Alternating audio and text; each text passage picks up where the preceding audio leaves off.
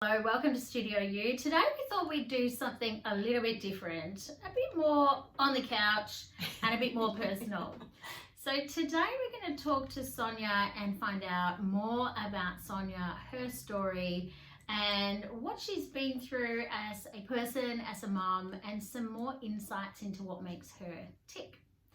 So Sonya, we have been talking a lot about mental health over the last 3 months, both in clinic and online, because we have noticed a massive shift in that with our patient demographic. And that got us talking about our own personal experiences with mental health and how that has really changed us as women.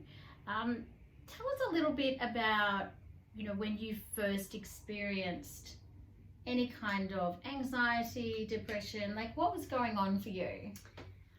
I was diagnosed with postnatal anxiety after the birth of my first daughter, Imogen, and she was born neurotypical, and I just think meaning everything was everything was normal. I had a healthy child, but I think I was in just such a shock. I was 30. I'd not been around babies really. Look, I'm saying this with my logical mind now, but I very much struggled at the beginning and really felt jealous of those that didn't. I felt a real sense of like, why isn't it as easy for me?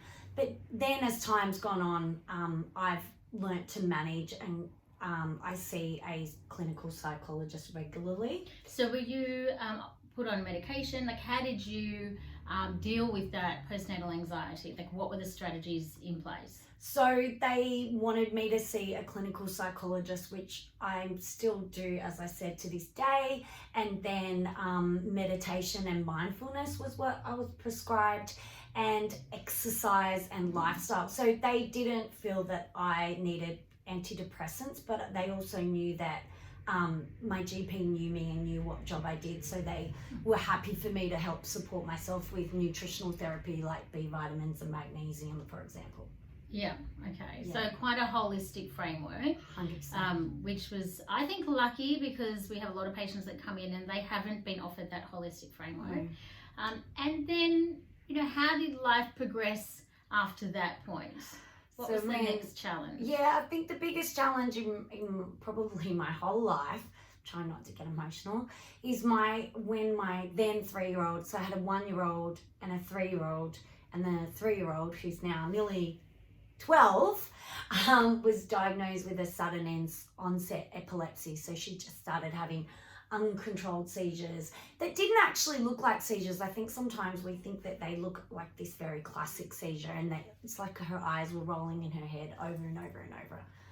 So it was really scary, and I feel like there was quite a bit of trauma there for me and my husband, because once she started having seizures, she pretty much didn't stop. And I definitely battled a lot of anxiety then, and it was quite traumatic, and I think you kind of go into that flight or fight quite easily.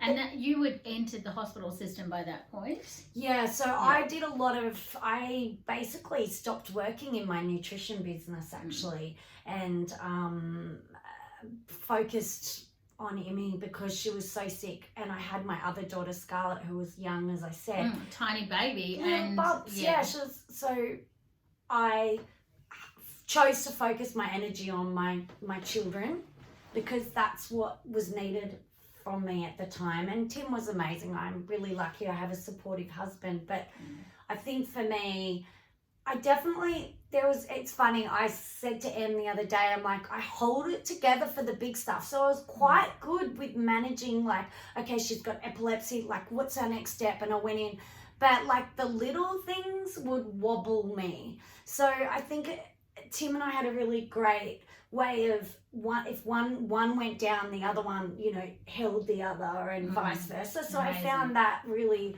supportive. But a few years ago, right before I started working at Studio U, I was doing 2 jobs. I had the kids. I was doing a lot. That busyness, we talk about that busyness, the doing.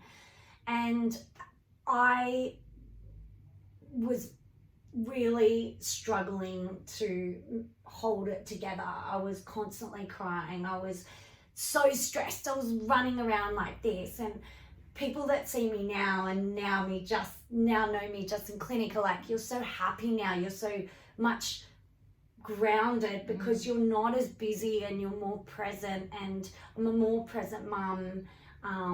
So I think for me, what I've had to do for my mental health is I've had to slow down.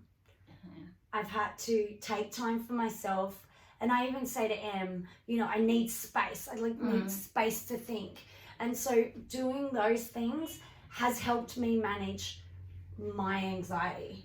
Yeah. And what happens, what are the sort of the first white flags for you personally if you haven't been paying attention to your self-care? Like, what do you notice starts to fall apart, Me? Yeah. So, what is it that then makes you go, okay, this is not, or don't you recognize the signs? I think it's easy to stress. So when things feel it's overwhelmed. Okay. So it's like, I feel overwhelmed, I feel angry and resentful. I think resentment's a really good flag to say, I mean, how terrible is that?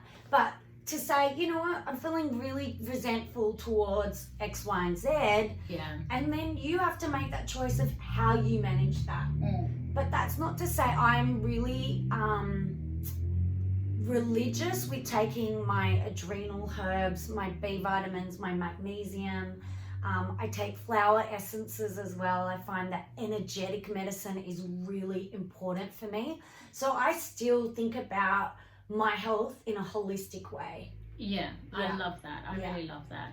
And any tips that you would have for somebody that's just starting out on that journey of motherhood? Especially, I feel a real affiliation for mums of kids with special needs, especially mums of kids with special needs. So my daughter still has additional needs. She's now no longer classified as epileptic, but the epilepsy did damage her brain, unfortunately. So I really relate to those mums and just wanting to be that support network. I think support networks, that's the number one answer. So what would I say to a new mum is get a support network, because actually looking back, when I had my first baby, no one around me had babies. Right. So I joined Mother's Group and I'm still friends with those girls now. So a support network. Exercise is really, really important for the new mum. I'm not talking about going on a weight loss boot camp challenge. High intensity HIIT classes every day. I'm talking about going for a walk with your baby in the sunshine every single day. Yeah, beautiful. And I really believe in yoga and mindfulness as well. We're so lucky now, like Insight Timer. Have you tried that app? I have, yes. Love it, favorite. So I think all of those tools and strategies can help you feel like you can deal with whatever's been put in front of you. And if you can't, that's okay. You can talk about it and you don't have to be superwoman. Yeah, I think that is a huge one, that you don't have to be a superwoman.